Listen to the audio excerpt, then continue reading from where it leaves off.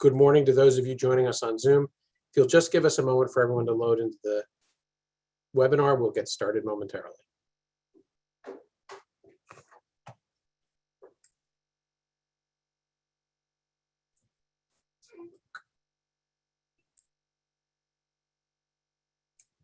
Good morning from the Washington, D.C. suburbs, where we're getting a preview of summer with temperatures over 80 degrees Fahrenheit, nearly 30 degrees Celsius for those of you watching around the world. Wherever you are, we're glad you could join us on the WITA webinar platform.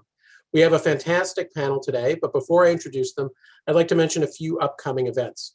Next Wednesday, May 5th, we hope you can join us as we discuss Ryan Haas's new book, Stronger, Adapting. We'll be chatting with the author and an expert panel having a roundtable discussion on U.S.-China relations. Also in the next few days, we hope to announce the next event in our Trade and Environment series with a discussion of carbon border adjustment measures. And later this month, we'll be looking at infrastructure and trade. Information on all these events can be found at www.wita.org. As we like to do on these WITA events, we like to call out the names of some of those you are in community with at today's event, even if you can't see them on Zoom. Welcome today to Sumaya Keynes at The Economist, Joanna Gleason at the OECD, Doug Bell at E&Y, and Lori Prater in the office of Congressman Mike Kelly. Welcome Sumaya, Joanna, Doug, and Lori, and welcome to all of you. Today's event couldn't be more timely, with President Biden having just completed his address to Congress last night, and in his address, talking about infrastructure, climate change, and of course, tax front and center in the debate.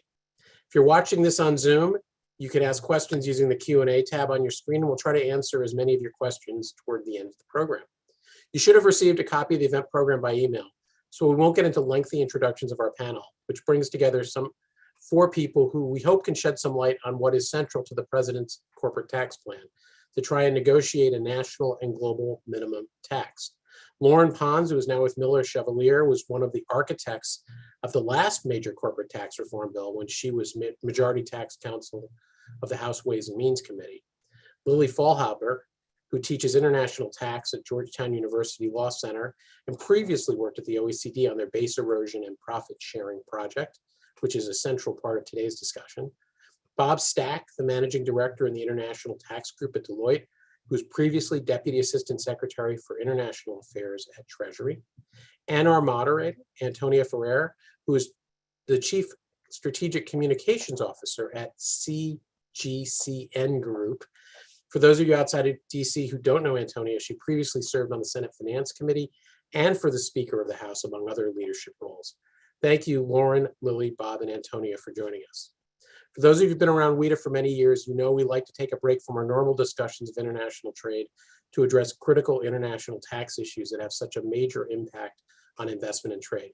We couldn't have a better panel than the 4 of you for this, and we're delighted you could join us. Antonia? Thanks so much, Ken, and good morning, everyone. I'm so glad to be a part of this discussion with 3 people with such a deep understanding of global tax policy. I spent many years surrounded by tax policy experts, and dare I say, I find it a absolutely fascinating subject. I hope everyone out there will as well. Let's start with a basic premise. Countries around the world for years have tried to balance providing incentives for corporations and companies to build, invest, and expand while ensuring that those very same companies sufficiently pay their share in taxes. President Biden has been highly critical of the 2017 Republican tax overhaul and wants to use money generated through raising the corporate tax rate to help pay for his domestic program. There are a lot of implications around what the president is working to do. And with that, I'm going to start out with a question to Loren. Let me just ask a simple question. How is the president's international tax plan different than what the Republicans did in 2017? Sure, thank you, Antonia. You know, the plan that he's unveiled in concert with his infrastructure package, spending package, is, I would say, probably in the administration's view, the next step. So there's not a real change in terms of ideas.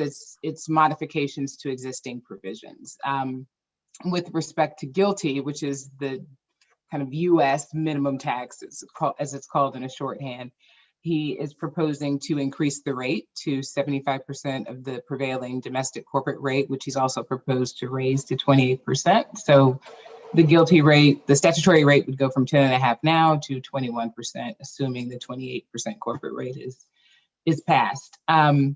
He also proposes calculating the GILTI inclusion on a country by country basis, which is different from current state, which allows for a blending of foreign subs. So you can take loss companies and income companies, put them all together and figure out your net GILTI tested income for your inclusion.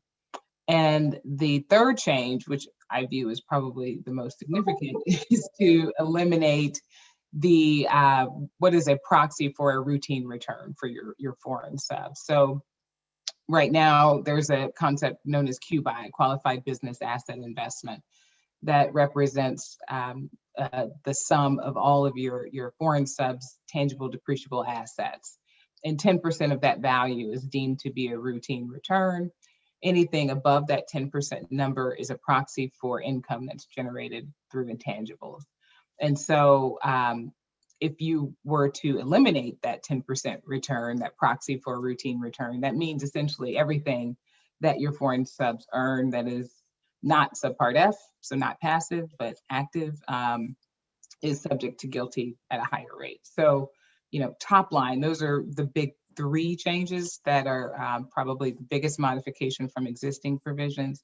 And then there's also a proposal for a global book profits minimum tax, which is separate from the minimum tax that everybody talks about with respect to GILTI.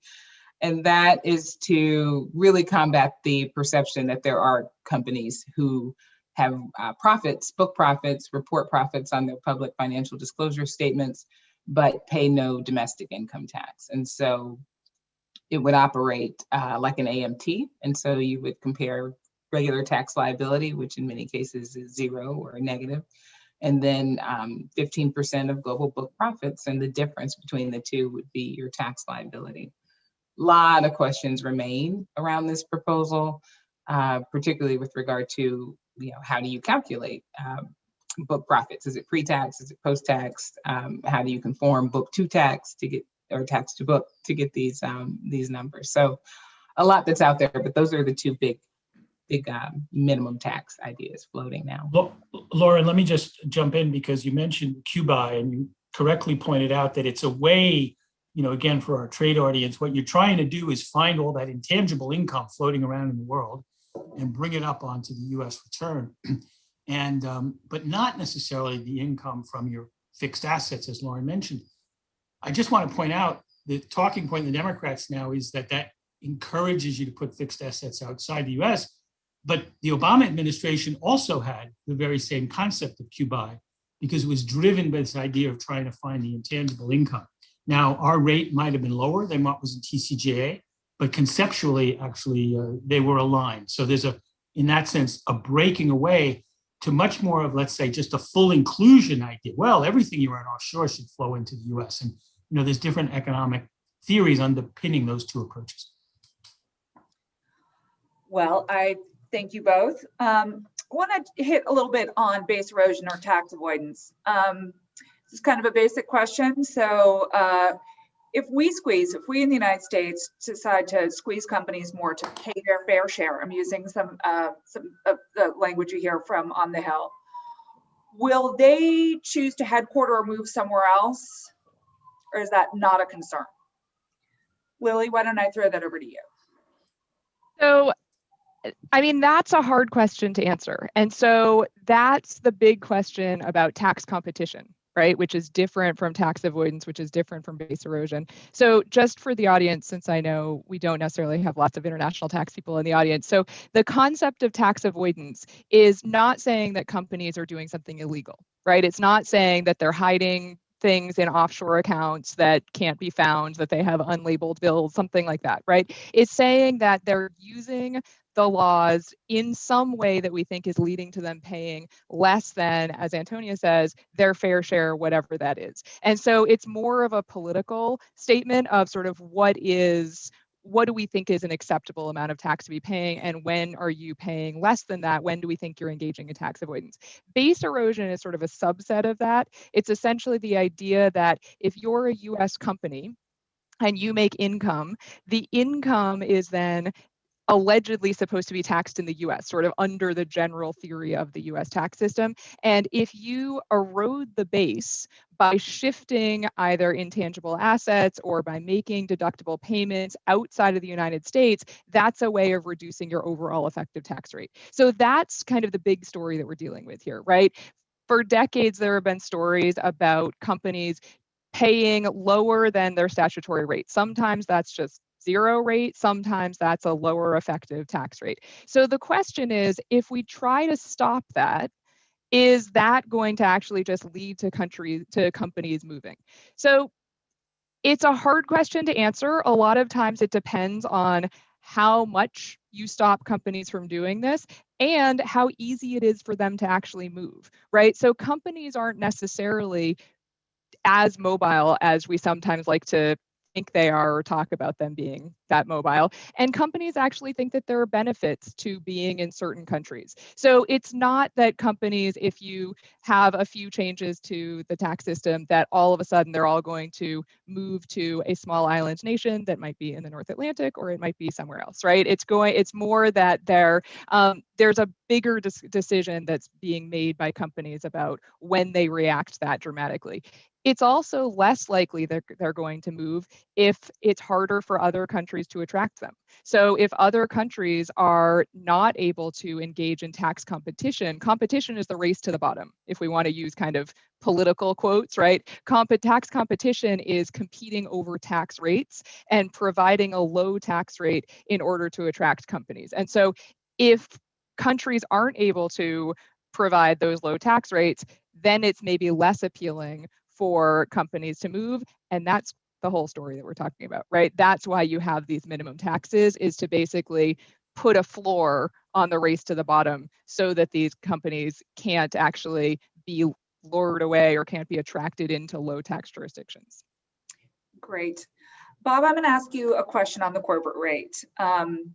There was a 2008 OECD study that found that corporate income taxes are the most harmful form of taxation in terms of economic growth. So there's been a lot of sort of discussions about the corporate rate. Obviously, the president wants to raise it, but some companies are impacted by raising the corporate rate and some are not. Could you maybe speak to that a bit? Yeah, well, sure. Actually, I love this question because what it highlights is the degree to which the US has put its hand behind its back by not having a consumption tax like a VAT. So other countries around the world, when they need to fund things, they've moved to the VAT and they have a third bucket. And unfortunately here, when we want to build all these great roads and bridges and do all the other things, you've seen what the Biden folks have done. They said, okay, well, we're going to do that out of the corporate bucket, and then we're going to do the other things like healthcare and childcare out of the individual bucket. So number one, yes, I think economists tend to agree it's not an efficient type of a tax, but we've hamstrung ourselves by saying, okay, but those are the only two buckets we're going to have. Obviously, you're right that every element of this can hit different companies differently depending upon their profile, international, domestic, how many fixed assets, how much intangible, et cetera, the competitive environment they're in. But it's just, that's the nature of the beast in the US, is we need the money and we only have two buckets to take it from. Great. I don't know, Loren or Lilian, if you want to weigh in on that. If not, I hit one of you with another question. Well, I do think that Bob made some great points, and I just think we get sometimes lost in the corporate rate discussion because the rate is just one aspect of the code. And so it becomes, well, you're not paying any corporate tax, but we do have other features in the code that allow for companies who are in loss positions or startups or invest heavily in R&D. There are reasons why one might have a low rate or a zero rate that are not, to Lily's point, indicative of tax avoidance necessarily. And so those are things to keep in mind. These are all moving parts, and it's not just the rate by itself that impacts someone's position. Great, thank you. This is a question to Lily and Bob.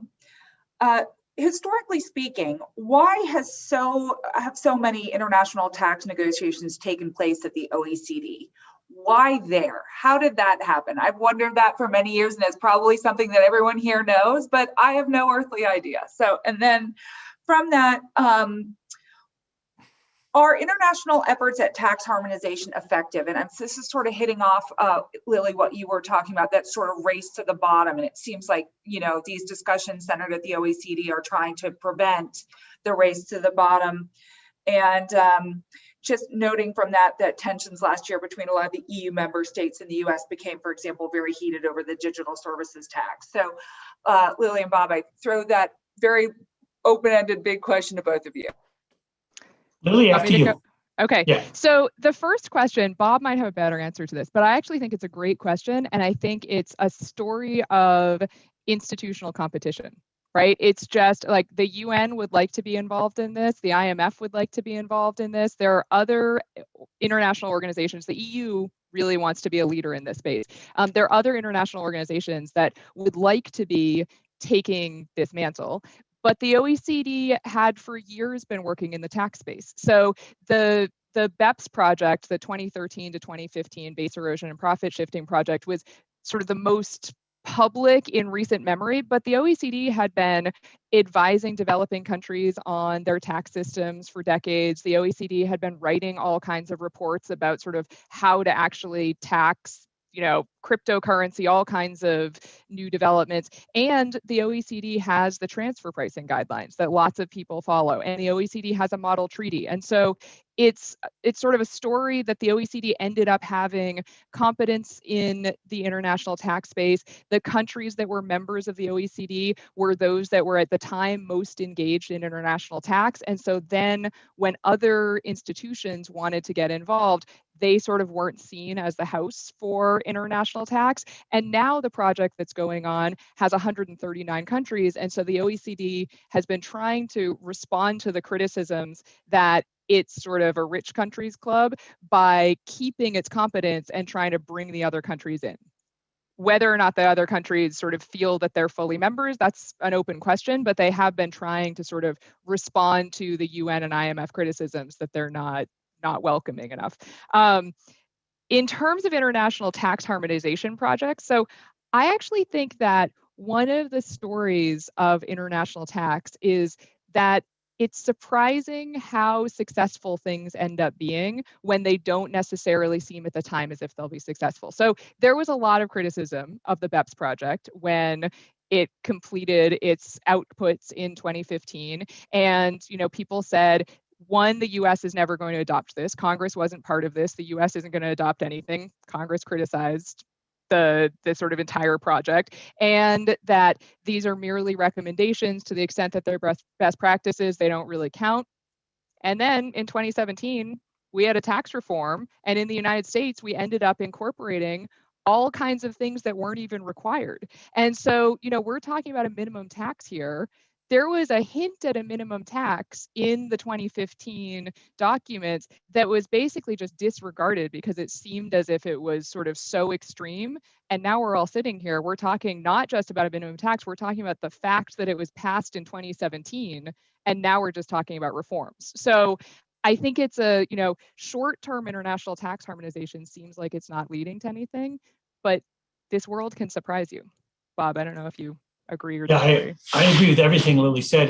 Let me pick up on why the OECD got into it. I also agree with everything she said, including the fact that for 50 years, the OECD had this ready institution, people sitting around tables, used to be about 35 countries. Yes, it was the most developed. I used to tell my family members it was like the UN for tax. We all have a little flag in front of us with our country. We talk, we produce documents by consensus. And so when BEPS came along in 2012, you had this ready-made group of countries. Now, what you needed to do in 2012 was expand it to G20, which we did. So the BEPS was an OECD G20. So maybe there were 45 countries. And so we had China at the table, South Africa, Brazil, and other non-OECD members, which was kind of huge. And then, as Lily pointed out, and this I think goes back to her point about institutional competition, the OECD wanted to be the place also for these developing countries. So they expanded to the 137 countries that are there now. But the OECD had a process. Let me make one point, though, I think, for the audience, which is in the old days, when you had 35 countries, everybody in the room had somewhat equal stakes in the game because it was treaties that we all applied and transfer pricing rules. What we're struggling with now is, and this I experienced when I was in Treasury at the OECD, when the whole world wanted to tax our digital companies, I used to make the joke that I felt like the question for consensus was, should Bob buy everyone's lunch? Because all the other countries were like, sure, we should tax the tech giants. Why not? It's just US tax revenue and you're national champions. And so that's an institutional weakness, if you will. Once you try that model where everybody's got equal stakes and try to now shift it into much more difficult territory, a little bit more like trade negotiations where there's a lot more, trade-off, you're starting to see some hiccups and stumbling. But let me go back to the harmonization point Lily made. I think it's indisputable that the harmonization work that came out of BEPS has been broadly effective around the world. Start with something like country by country reporting to tax authorities. I mean, you can like the policy or not like the policy, but if you walk through the various things, the 15 action items, much of that has been adopted around the world and has made a real dent in the type of tax planning that Lily mentioned in her opening. I just think that's indisputable. Whether it can go further now and redo the entire system is, a next challenge for them, and we're all waiting to see whether it can do that. That was excellent, and I learned something there, so thanks, you guys. One of the complaints going into the 2017 tax overhaul was that there was so much American profits that were parked overseas. Republicans talk about how the success of the 2017 tax law was that trillions of dollars in overseas profits have been brought back. This is a question to you, Loren, sort of thinking about that. How does the Biden tax proposal ensure that these profits don't go back overseas, or is it silent on this? Well, it's silent, but I think that that's an excellent question because, in 2017, we were looking at going from worldwide to a territorial system. And so what you often heard about trapped cash was the fact that companies would keep money offshore because to repatriate would be to subject themselves to a 35% corporate tax rate. So deferral was what that was known as. And to switch to territorial, there was a one-time transition tax. The cash didn't actually have to be repatriated. It was just leave it overseas. You could bring it back. You could do whatever you wanted.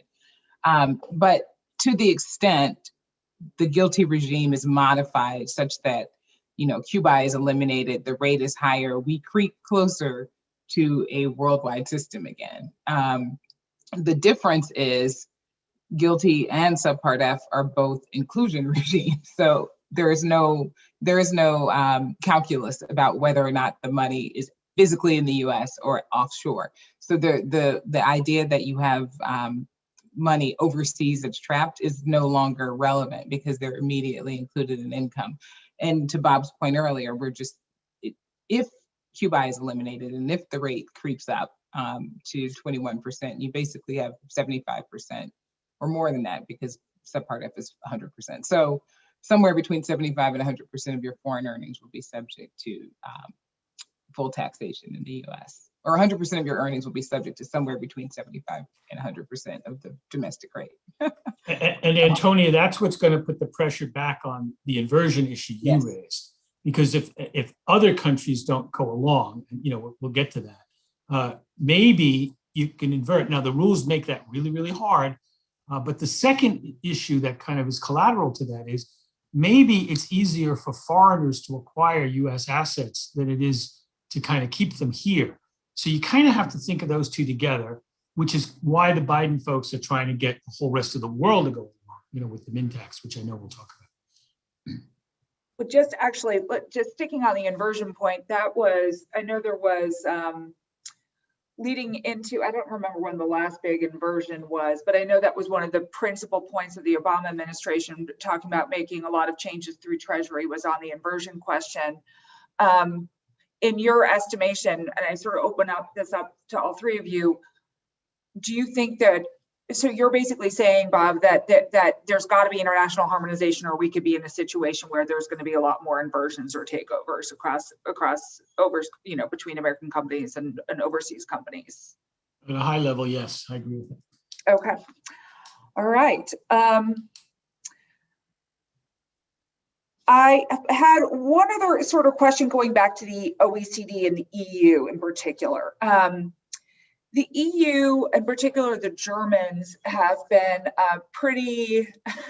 there are a lot of different corporate tax rates across the European Union. The Germans, it's my understanding, have been pretty critical of Ireland for keeping its rate so low.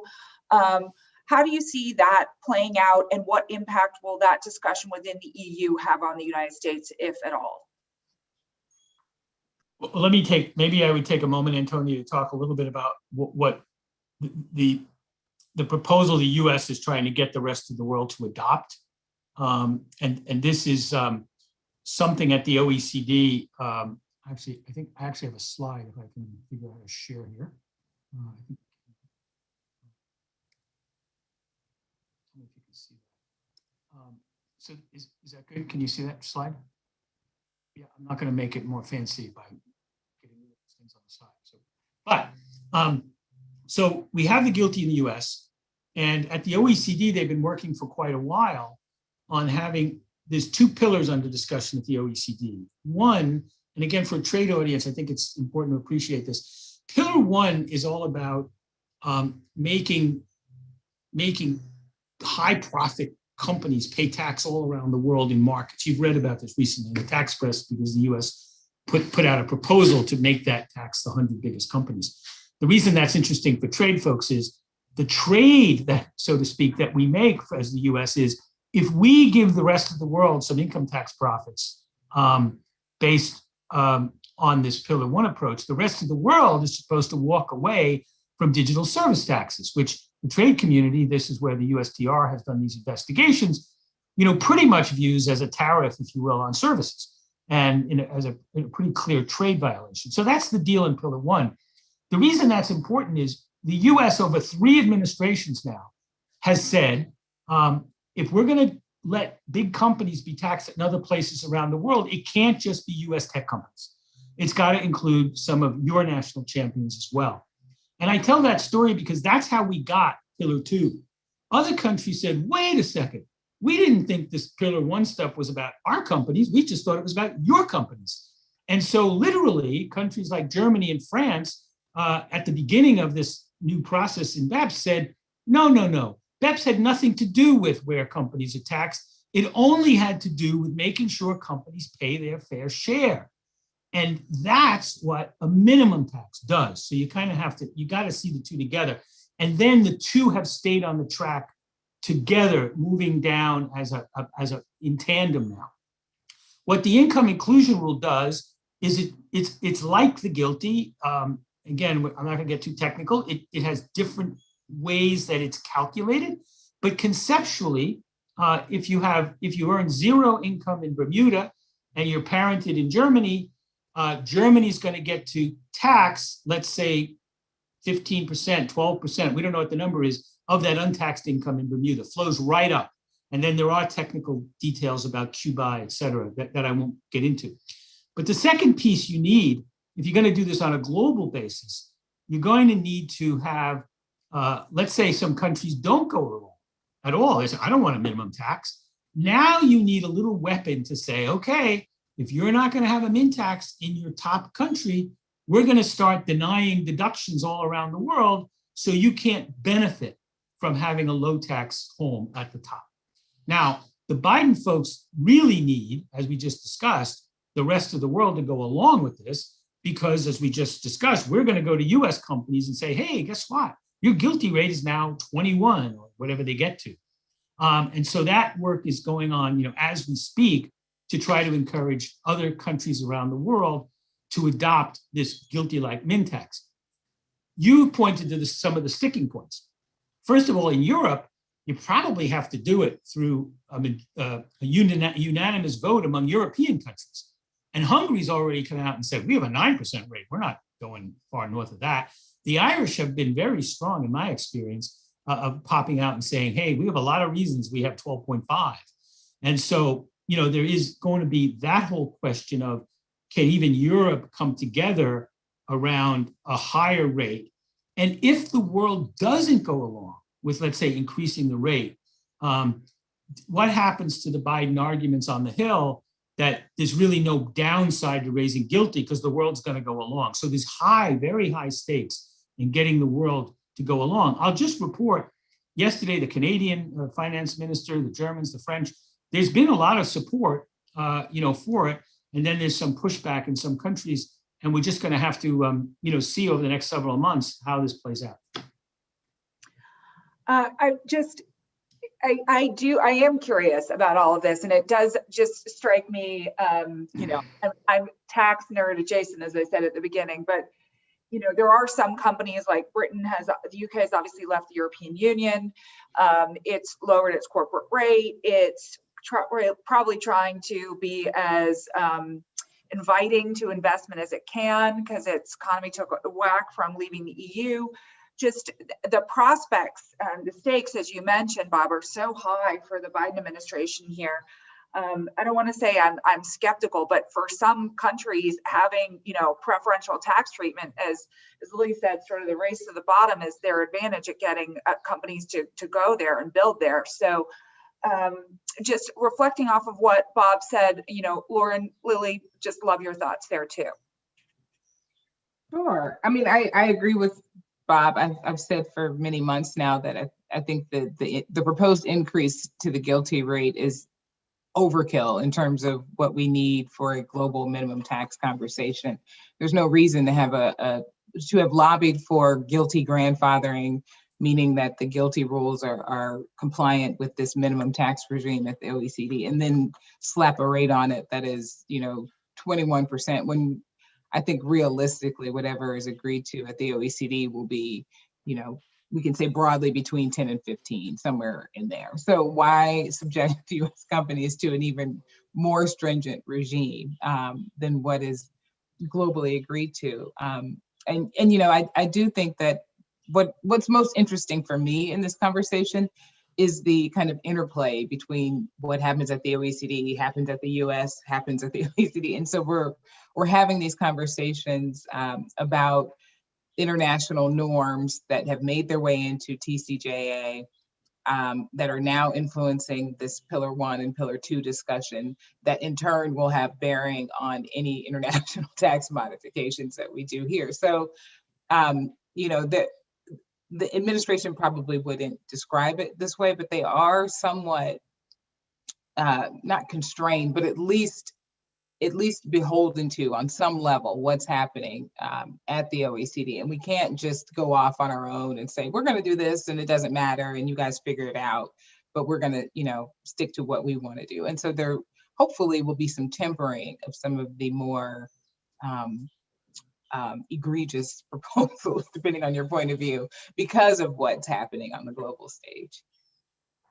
Yeah, to follow up on the sort of rate issue and who's going to agree to this. So I think a really interesting story that I haven't seen being focused on is the fact that Treasury Secretary Yellen referred to the race to the bottom is actually a huge change in US policy. So the OECD and the EU have been dealing with tax competition since the 1990s. And starting at the start of the George W. Bush administration, the United States was very public that they were not going to be part of any project that penalized countries for setting their rate at a low level. And so the United States, throughout administrations, through the Trump administration, starting with the George W. Bush administration, has essentially refused to use the term race to the bottom or set any minimum rate that below which a country is a quote unquote tax haven or in any way sort of a disfavored country for tax purposes. And so this sort of happened. There's been a lot of media attention on the concept of a minimum tax. And as Loren has correctly pointed out, this is not a new concept, right? This is a concept from the Obama administration that was put into effect under the Trump administration that is now being sort of tweaked by the Biden administration. But what was a change was the fact that the United States was actually coming out aggressively against rate competition. And so I think that's important to highlight because that could change the discussions, right? So the Germany and France, the high tax European countries who were criticizing tax competition, they knew that the US wasn't in their corner. They actually knew that the US was very much opposed to this. And suddenly this has changed. And I actually just think I'm not predicting that everyone's going to agree to a 21% rate. I agree with Loren that that seems far away from what we think is being discussed at the OECD. But I do think it's notable. I also think it's worth noting that the UK reduced its rate. That got a lot of attention. There was a lot of discussion about that during the BEPS project. They've now proposed to increase their tax rate. And so there are different sort of pressures that are going back and forth. And I think the Biden administration is, thinking that their tax increase might align with the UK. That might be a direction that countries are going in. It's not clear if that's the case because Ireland just came out a few days ago and said, we're not going to agree to anything that's higher than 12.5%, regardless of what the US says. If I could just throw in one other point, tax competition is what countries like Ireland and Hungary are going to say. But the second argument that was actually quite strong when I was doing BEPS in a variety of settings was national sovereignty. There was always a sense that you didn't really tell countries what rates to have. And the only, which is out there in the way countries tend to think about other countries dictating their tax rate to them. The only funny caveat I would draw about tax competition is, again, for a trade audience, countries with zero rates of tax, the traditional tax havens, actually have an enormous destabilizing effect on, let's say, getting political legitimacy for tax rules. And I just don't tend to view them through the same prism as tax competition as, let's say, a country that goes to 16, whereas others are 21. But I just wanted to throw that out there because enormous effort is spent in the tax world policy side to kind of take out of the system the impact of what we might call pure tax havens with a zero tax rate. I think you both raised good points, and certainly in the context of tax reform, we were thinking in terms of, to your point, Bob, sovereignty, but also, do we want to be in the business of policing foreign base erosion? And the answer was no, at least not in TCJA. We're worried about our own base. We're not going to try and police, what's going on in other jurisdictions. So our focus is on domestic tax reform. But now, of course, in the context of a minimum tax, that conversation has shifted. So this is very interesting. So I want to switch to something a little bit more, it was not in the weeds, but it has been so discussed. And we discussed it in passing earlier, and Bob hit on it as well, which is the digital services tax. That has been hugely controversial, with the Trump administration. Secretary Mnuchin had some strong words for President Macron. Where do we see that going, and how does that fit in with the global harmonization conversations and discussions that the Biden administration is having through the OECD? So I'll jump in on this one. It seems to me that the only reason, this is back to Pillar 1, to give the rest of the world a right to tax highly profitable businesses is we were all driven to the table. This is US business community, US Treasury, again, of both administrations, because we wanted to get rid of these unilateral measures, which are gross-based taxes, which everybody agrees are inefficient. So the deal to be had is, if we come along on this reallocation of taxing rights, countries need to commit to walk away from the DSTs. And by the way, this is all outside the USTR. The USTR will go its way, like Canada just announced they're going to do one, and I suppose there'll be a USTR stream of work on those taxes, that will continue. But on the tax side, that's the deal to be had. Now, we're already seeing the EU waffle.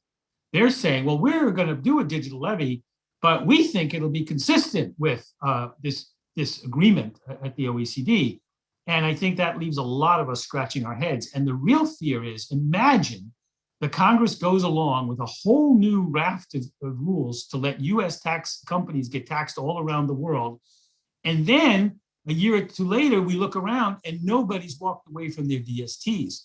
And that's something we have to guard against, either through the USTR process, but more fundamentally, that's the whole goal of Pillar 1. And if we don't get that, we should just stop talking about it. I don't know if Lilian and Loren have a different view on that. Yeah, I agree. The Treasury Department had a slide deck that was widely publicized a couple weeks ago from a presentation at the OECD, and a big part of that was what they called standstill and rollback from these digital services taxes. And implementation is the real issue here. You know, it's a matter of everyone kind of dropping their weapons at the same time, and nobody wants to go first. But it can't just be a matter of trust that the DSTs will be abandoned, all of these unilateral measures. There's going to have to be some real procedures around what that will look like. Which, Yeah, by the way, I'll just add is, you know, because the OECD is a soft law organization, again, what your audience is familiar with, that becomes a very, very tricky set of things to negotiate, you know, in terms of having something that can stick. Lily? And just one thing I was going to say about the DSTs, I think what's important about the DSTs is that they pushed everyone to the negotiating table. They also highlight why the OECD is having these discussions, right? There are countries who need revenue, but there are also countries who are just frustrated with the international tax system, right? There's this sense that you can have, yes, you can have the base erosion, yes, you can have the tax avoidance that we were talking about earlier, but also there's just this sense that you can have these companies earning revenues, not having to pay taxes because there's a physical presence requirement. And so this is where Pillar 1 comes from, right? Yes, Pillar 1 is a trade-off for Pillar 2, and some countries want it and some countries don't, but they're willing to accept it for Pillar 2. But it's also kind of trying to respond to this concern that at least some countries have that, you know, Google and Facebook and all of these other countries can make a bunch of money off of their users and they don't have a right to tax it. Is that right? There sort of is no right or wrong, right? There's more like, what's the political sense of a jurisdiction whose citizens sort of see these big numbers and don't see the revenue back home. The other thing that's worth highlighting is that most of these digital services taxes haven't actually been put into effect, right? So France's digital services tax just keeps rolling forward. And so if, you know, now part of that is probably because the USTR pushed back so hard, and part of it is probably that Mnuchin pushed back. But if they're really just getting everyone to the table and then they're pulled back, that's different from them going into effect, you know, them lasting for a few years and then us having to figure out kind of a staggered pause on them. I think we only have time for probably one more question from me. And I feel like a lot of the discussion we've had has been really between the European Union and the United States, with some mention of Canada. I wanted to leave with a thought of where does China play in the international tax system and the debate at the OECD? And also a bit to where Japan is as well. So huge closing question, but just we've had a lot of conversation about Europe and would really like to get your thoughts on Asia, in particular, China and Japan. Can I say? Go ahead. Oh yeah. You go first, Lily. I'll just say one quick thing. I actually think one of the big questions is, where is India? Right. I think that's actually, India has had its own digital, it came out with its own version of a digital tax, which is in some ways the model for a portion of Pillar 1. And I think this actually highlights the really interesting result of having all these countries around the table, is that India's position is going to be different than China's and different than Japan's, right? They're at very different stages of sort of digitalization and of having users versus companies that could be subject to this versus consumers, whereas China has a lot of companies that it wants to protect, as well as lots and lots of users and consumers, whereas Japan is in an even different position. So I'll hand it back to Bob, but I think India has a role here as well. Yeah, I agree with all that. I think when I was at Treasury, I was a little surprised that the US really was the most active in the digital space, notwithstanding the number of companies that China has in the space. And so I'll just confess that it's always been somewhat enigmatic to me as to kind of where they'll go in this. Many of their tech companies serve largely domestic markets. So there's a whole issue of how much cross-border do they do, et cetera. The other thing I'll point out, though, is all of these countries, because they feel like it's a good thing that we're all in this process together. I think they genuinely feel that.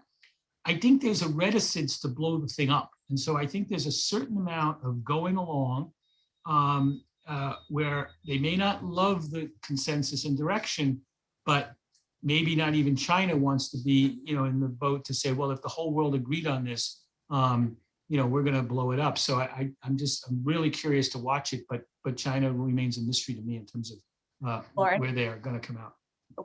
Loren? Oh, I agree that China is a mystery in this conversation, and I take Lily's point. I agree with it that India will also play a huge role. And I also think it's interesting, to your point, Lily, that India had a very early version of a DST and has somewhat gotten, I won't say lost in the conversation, but they're not necessarily out in front. And I think that's a reflection of kind of the political operations of even trying to have this inclusive framework. When we aim for inclusivity, sometimes folks' voices still get lost. So hopefully we will hear more and see more from some of the countries about whom we're a little mystified what their position might be. Ken? Thank you, Antonia. Thanks to our panel. This is, as someone who's played tax adjacent and tax inside and all of that, Antonia, these are really complicated issues, and you guys are doing a great job of explaining it, I think what is our largely non-tax audience. So Antonia, you don't have to go away, but a couple questions about Pillar 2 came in, and I might just start there. I think the first one's just a basic one. Is Pillar 2 looking to set both the rate for a minimum tax on book income and the rate for a minimum tax on foreign taxable income? Bob, did you want to jump in on that? That's a little weedy. Let me explain it this way. Look, if you're going to ask what is a minimum tax, you have to ask what's the effective rate of tax. So that means you've got to say, well, how much tax do you pay? That's the numerator. And then you have to say, and how much income did you have? Well, if you want to do this on a global basis, the question of how much income did you have, you can't let every country and ask it based on their tax return and tax rules in every jurisdiction, because you'll get a jumble of different answers. So the direction of travel at the OECD is to agree to use as that denominator your book income in the local jurisdiction determined under the financial accounting system of the top co. So that's that. Guilty doesn't do that. And so one of the, and I'm not sure it's a fatal inconsistency, but it's just one of the things where our guilty kind of works on its own with its own rules, and the rest of the world is trying to do this more broadly. And that will be one of the kind of back and forths between the US and the OECD on how much does guilty have to look like the rest of the world. So I'm sorry that got a little technical, but that's the answer. No, it's fine. So the second question comes in regarding the OECD G20 inclusive framework on BEPS. Understanding there's a steering committee, but also 135 countries involved. What's the process to come to a result? Is it majority vote? Is it a consensus? How are they? What's the process at the OECD? So there are 139 countries now. It's there every few months the OECD publishes a new list. And so the way that this works is that it's supposed to be consensus. Now, Bob can speak to that. Bob and Loren can both speak to this as well.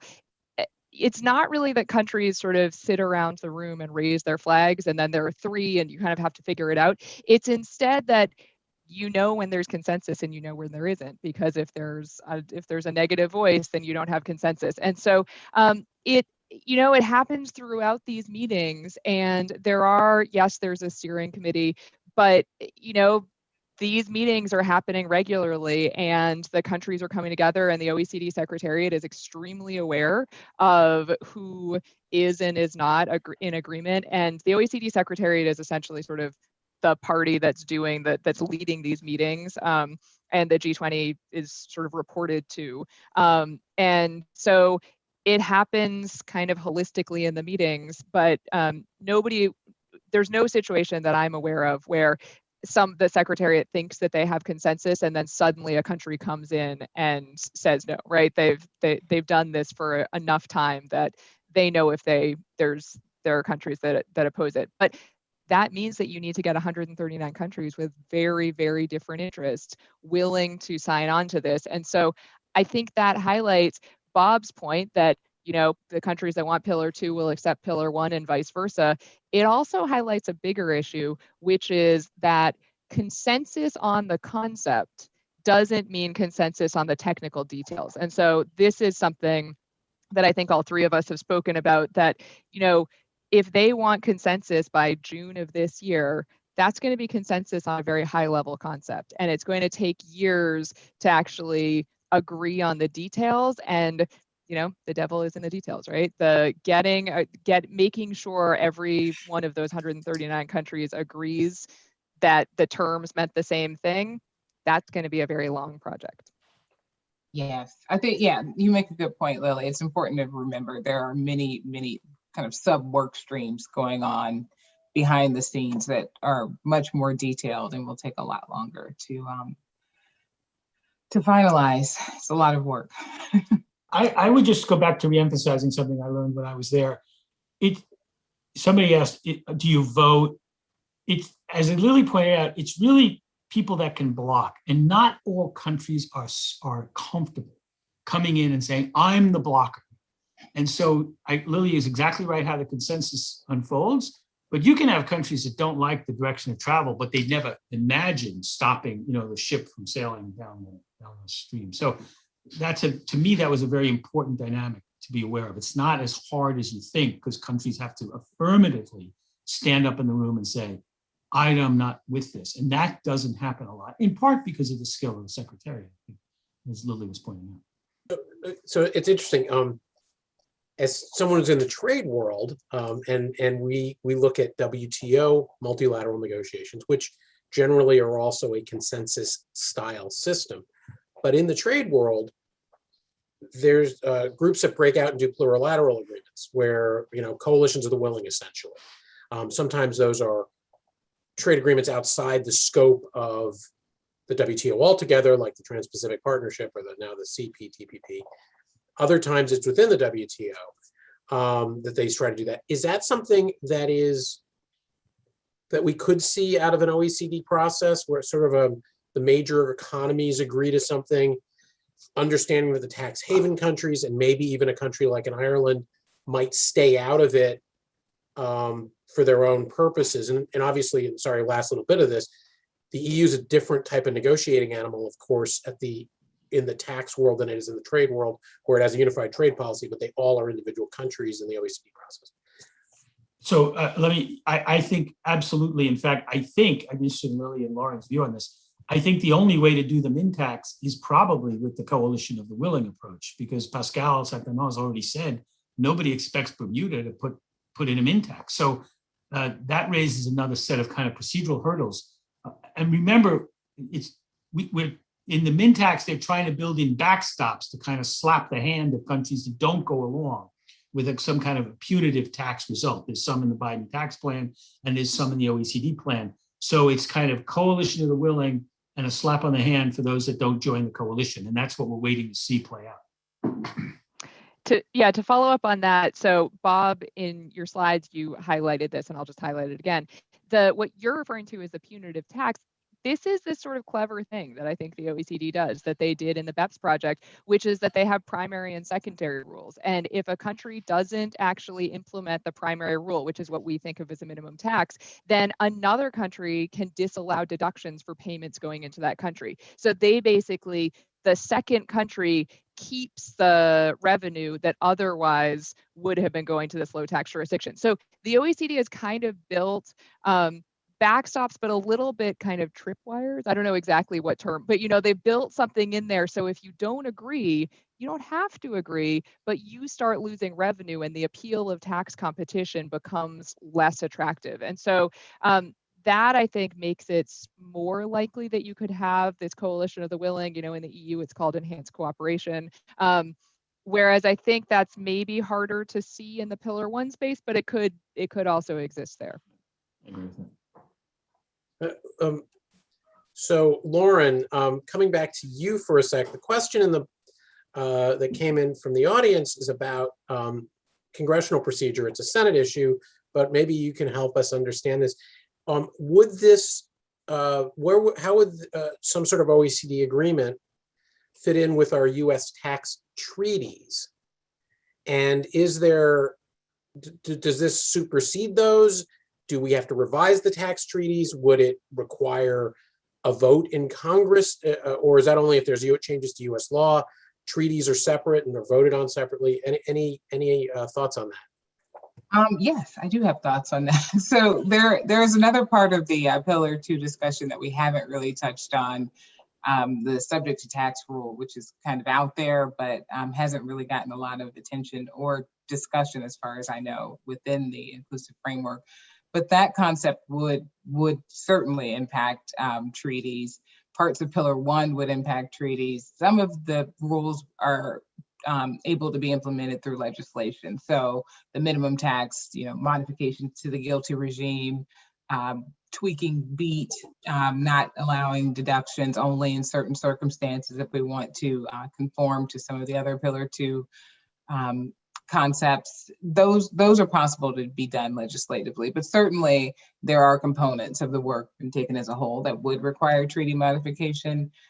There's a concept of treaty override. So, you can pass the statute last in time, first in right is the general rule.